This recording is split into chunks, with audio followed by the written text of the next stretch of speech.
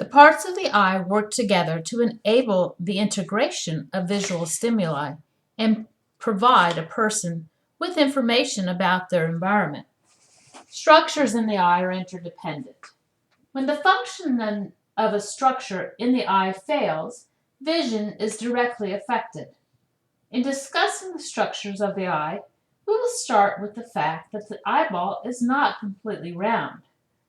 As the cornea sits over the front of the eye, protruding outward, it provides the first refraction of light as it enters the eye. The cornea is the only transparent tissue in the human body and is only 1 millimeter thick, but it's tough. It is made of a tough exterior layer called the corneal epithelium. This regenerates, usually without any scarring. If the cornea, though, sustains an abrasion that is beyond the epithelium, scarring is probable. A continuation of the thick collagen fibers is the sclera, which is the white part of our eyes. The sclera maintains the shape of the eye. The juncture where the cornea and the sclera meet is named the limbus. The limbus functions as a barrier against bacteria. We can divide the eye into 3 chambers to demonstrate how the structures of the eye interrelate. The 3 chambers are named anterior, posterior, and vitreous. In the anterior chamber, the area between the cornea and the iris, the amount of light that enters the eye is controlled. As I mentioned, light first enters the eye through the cornea. The light rays then pass through the pupil. The pupil is a hole.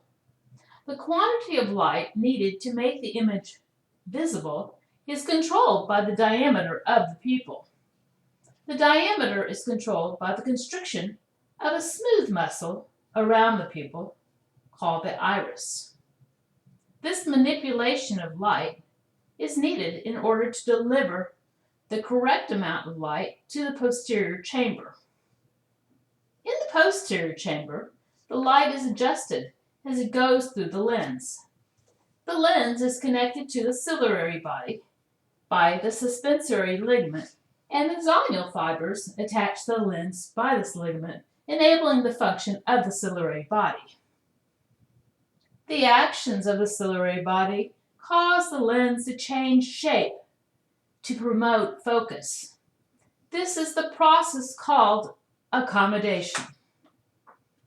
The ciliary body controls the shape of the lens and produces aqueous humor. Maintaining healthy interocular pressure depends on the continuous production and flow of the aqueous humor. It is this balance between the anterior and posterior chambers through a series of micronetworks that supports the pressure in the eye's chambers. Interocular pressure is a key to the health of the retina. The aqueous humor is controlled by several mechanisms. The aqueous flows between the anterior and posterior chambers through the trabecular meshwork that is a microdrain located between the iris and the cornea. The aqueous flows through the canal of Schlemm and is replenished with nutrients through a venous network. The nourished aqueous continues to support the healthy eye by maintaining a continuous pressure between the anterior and posterior chambers of the eye. Behind the iris lies the next refractor of light before the image is reflected onto the retina. This is the lens. Space between the iris and the lens is the posterior chamber. Behind the lens is the vitreous chamber. It is here we start by speaking about the retina. and the layer of tissue that enable the function of the retina. The anterior portion of the retina is the ora serrata. This serrated tissue connects the retina to the ciliary body. The vitreous chamber is filled with a substance called vitreous humor, and it continues the balance and support to the eye. The vitreous chamber is made up of 3 layers of continuation of the sclera. The vitreous chamber is made up of 3 layers: the continuation of the sclera, the choroid, and the retina. The retina is the layer made up of cells called rods and cones. Rods and cones are photoreceptors and enable details to be distinguished when an image is projected onto the retina.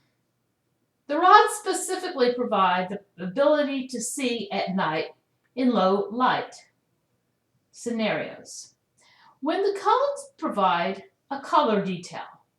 The most acute vision is done at the back of the retina, where the macula lies. It is the macula where there is the most concentration of cones. In the center of the macula lies the fovea centralis. The fovea provides the most visual acuity. Supporting the health of the retina is vital. The layer under the retina is in between the retina and the sclera is the choroid. This layer supplies the retina with blood supply containing nutrients. The next amazing part of the eye is the optic nerve, made up of ganglion cells. The photoreceptors send information to a set of cells in the retina, called bipolar cells. The bipolar cells then send information to the ganglion cells that make up the optic nerve.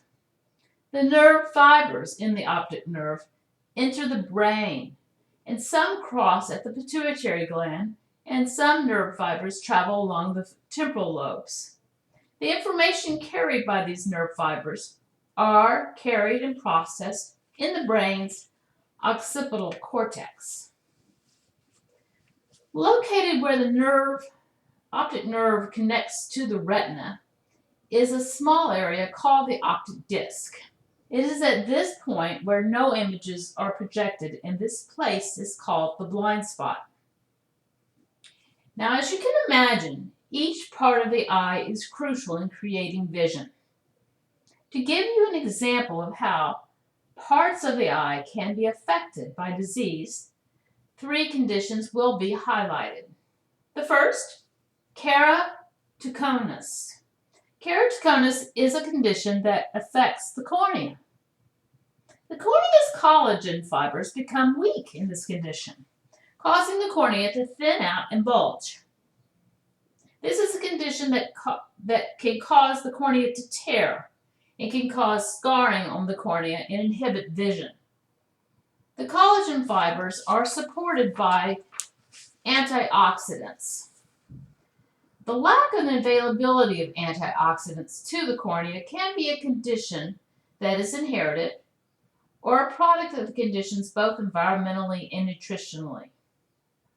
Treatment for keratoconus is special contact lenses that are monitored. If this condition does not progress, get better, and gets worse, then a corneal implant is performed. Now, a second disease of the eye is open-angle glaucoma. This is a rise in intraocular pressure and can result in the loss of vision due to damage to the retina.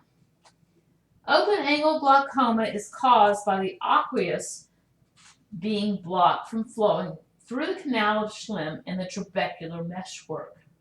If the flow of fluid is inhibited, the pressure of the eye will rise, causing the vitreous to pull away from the retina. A person with open-angle glaucoma may have a normal visual acuity exam, but will demonstrate a lack of peripheral vision. Several conditions cause open-angle glaucoma, such as diabetes, long-term use of steroids, and family history.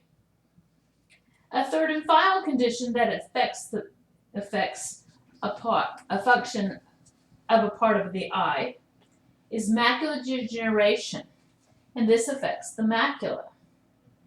There are several types of macular degeneration. In this condition, central vision, or fovea, is specifically affected. The degeneration of the macula leaves the individual legally blind with some peripheral vision. Macular degeneration is caused by a leak of fluid behind the macula. Depending on the cause of the leak, the kind of macular degeneration is determined. Age-related macular degeneration is the most common. A second type that affects the younger population is called BEST, villiform.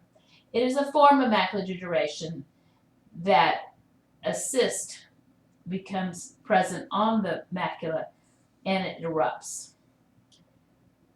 Well, I hope you enjoyed this podcast and presentation and how the eye functions and its fascinating components. Thank you.